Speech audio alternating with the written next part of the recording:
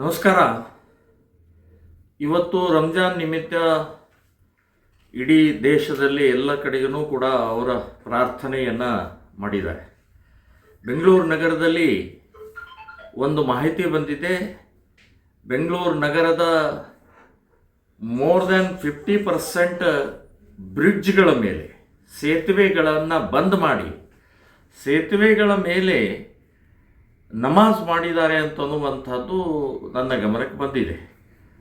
So ಇದೊಂದು ಅತಿಯಾದಂಥ ಪ್ರಕ್ರಿಯೆ.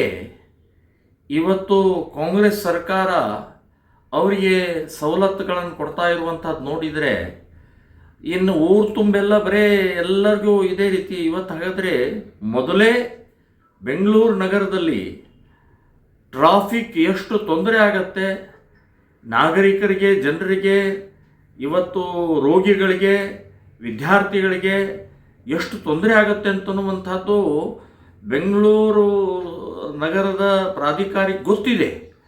So ಗೊತ್ತಿದ್ದಂಥ ಸಮಯದಲ್ಲಿ ಅವರಿಗೆ ಇವತ್ತು ನಮಾಜ್ ಮಾಡೋಕ್ಕೆ ಬ್ರಿಡ್ಜ್ಗಳ ಮೇಲೆ, ರಸ್ತೆಗಳ ಮೇಲೆ ಕೊಟ್ಟಿದ್ದು ಅಕ್ಷಮ್ಯ ಅಪರಾಧ, ಖಂಡನೀಯವಾದ್ದು.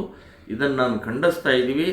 ನಾಳೆ ಮುಂದಿನ ದಿನಗಳಲ್ಲಿ ಇದನ್ನು ಪೂರ್ಣ ಪ್ರಮಾಣದಲ್ಲಿ ಬೆಂಗಳೂರು ಮಹಾನಗರದ ಪ್ರಾಧಿಕಾರಿಯ ಅಧ್ಯಕ್ಷ ಏನಿದ್ದಾನೆ ಅವ್ರ ಮೇಲೆ ಕ್ರಮ ತಗೊಳ್ಬೇಕು, ಅವ್ರ ಮೇಲೆ ಕೇಸ್ ಹಾಕಬೇಕು. ಸೊ ಈ ರೀತಿಯ ಅನುಮತಿ ಕೊಟ್ಟಿದ್ದ್ಯಾಕೆ? ಪೊಲೀಸ್ ಕಮಿಷನರ್ ನೀವು ಏನು ಮಾಡ್ತಾ ಇದ್ದೀರಿ ಹಾಗಾದರೆ? ಸೊ ಪೊಲೀಸ್ ಕಮಿಷನರ್ ಜವಾಬ್ದಾರಿ ಅಲ್ವಾ? ನಾಳೆ ಇವರು ಹೀಗೆ ಬೆಳೀತಾ ಬೆಳೀತಾ ಬೆಳೀತಾ ನಮ್ಮ ಮನೆ ಮುಂದೆ, ಎಲ್ಲರ ಮನೆ ಮುಂದೆನೂ ಕೂಡ ಹೀಗೆ ಇವರು ನಮಾಜ್ ಮಾಡ್ಬೋದು.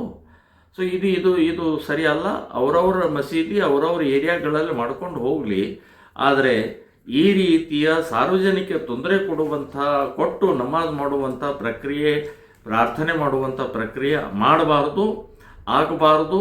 ಮತ್ತು ಅವ್ರ ಮೇಲೆ ಕ್ರಮ ತಗೊಳ್ಬೇಕು. ಯಾರಿಗೆ ಅನುಮತಿ ಕೊಟ್ಟಿದ್ದಾರೆ, ಯಾರು ಇದಕ್ಕೆ ಅವಕಾಶ ಮಾಡಿಕೊಟ್ಟಿದ್ದಾರೆ ಅವ್ರ ಮೇಲೆ ಕ್ರಮ ತಗೊಳ್ಬೇಕು.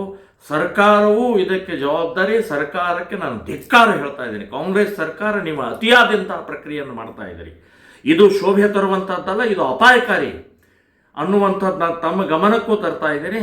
ನಾವು ಕೂಡ ಅದರ ಎಲ್ಲ ಆಧಾರಗಳನ್ನು ತಗೊಂಡು ಕೇಸ್ ಹಾಕುವಂಥ ಪ್ರಕ್ರಿಯೆಯನ್ನು ಹೈಕೋರ್ಟ್ನಲ್ಲಿ ಮಾಡುವಂಥದ್ದು ಯೋಚನೆಯನ್ನು ಮಾಡ್ತಾ ಇದ್ದೀವಿ.